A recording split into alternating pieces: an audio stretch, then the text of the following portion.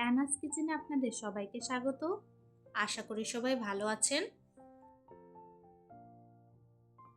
আজকে আমি বানাবো কাঁচা আমের ঝুরি আচার। এই আচার বানাতে আমি আজকে 1/2 কিলো কাঁচা আম নিয়েছি। আমের খোসা ছাড়িয়ে এইভাবে ছোট ছোট করে কেটে নেব।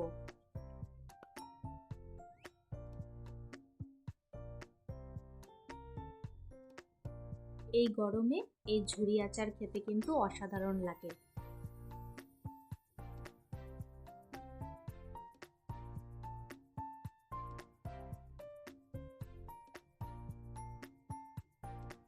সবগুলো আম আমি একইভাবে কেটে নিয়েছি।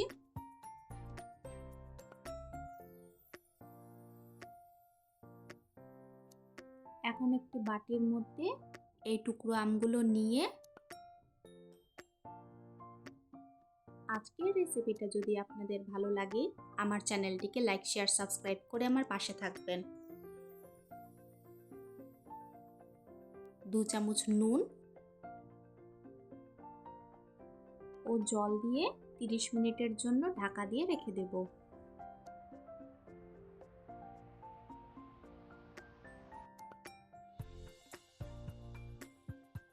এরপর কড়াইতে 3টে শুকনো লঙ্কা হালকা করে ভেজে নেব।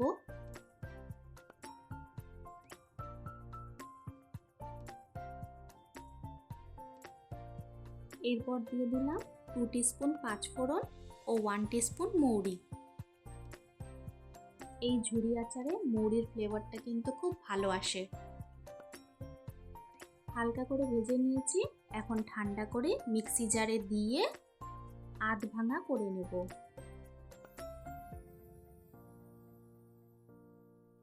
হালকা করে গুঁড়ো করে নিয়েছি।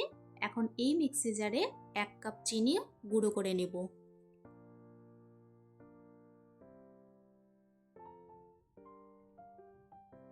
তিরিশ মিনিট পর দেখুন জল ঘোলা হয়ে আসছে।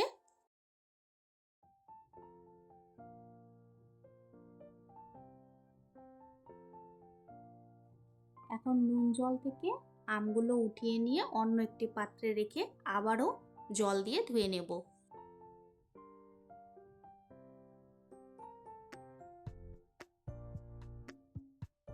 ভালো করে জল পাল্টে ধুয়ে নিলে আমের টক ভাবও চলে যাবে, আবার আমের আচার একদম ঝরঝরেও হবে।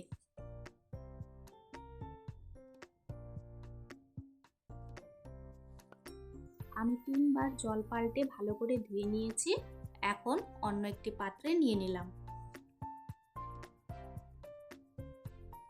এই আমের টুকরোগুলোর মধ্যে 1 কাপ চিনির গুঁড়ো ভালো করে মাখিয়ে নেব।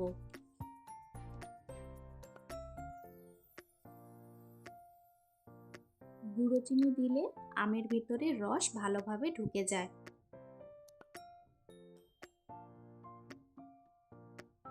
ভালো করে গুঁড়ো চিনি দিয়ে মাখিয়ে নিয়েছি।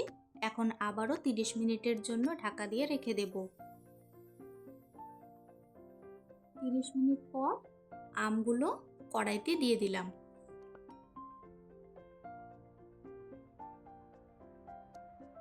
এখন ভালো করে নাড়াচাড়া করে নেব।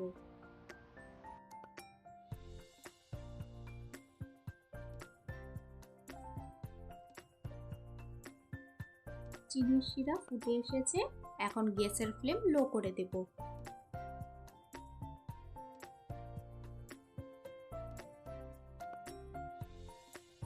গ্যাসের ফ্লেম লো রেখে আরও 5 মিনিট মতন কুক করে নিয়েছি।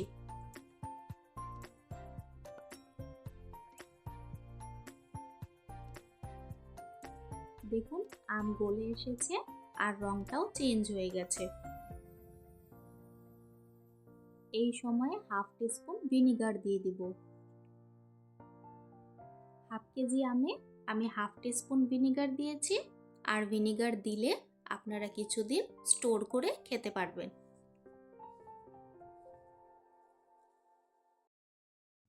এখন মিক্সিতে করা মশলাটা এর মধ্যে দিয়ে দিলাম আর কিছুটা খানিক রেখে দিয়েছি। সম্পূর্ণ মশলাটা দিলে ঝাল খুব বেশি হয়ে যাবে, সেই জন্য আমি কিছুটা রেখে দিয়েছি।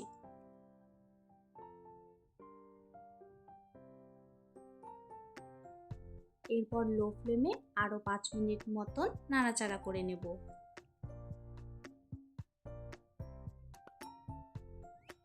ব্যাস তৈরি হয়ে গেল আমাদের আজকের রেসিপি, খুবই টেস্টি কাঁচা আমের ঝুরি আচার।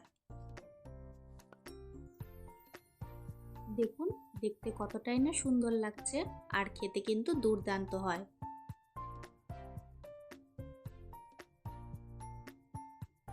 আমার রেসিপিটা ফলো করে এইভাবে একবার কাঁচা আমের ঝুরি আচার বানিয়ে খাবেন, আশা করি ভালো লাগবে।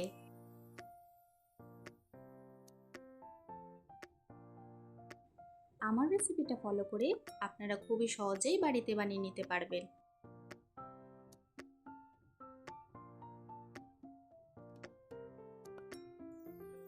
আজকের ভিডিও দেখার জন্য আপনাদের সবাইকে অনেক ধন্যবাদ। সবাই খুব ভালো থাকবেন।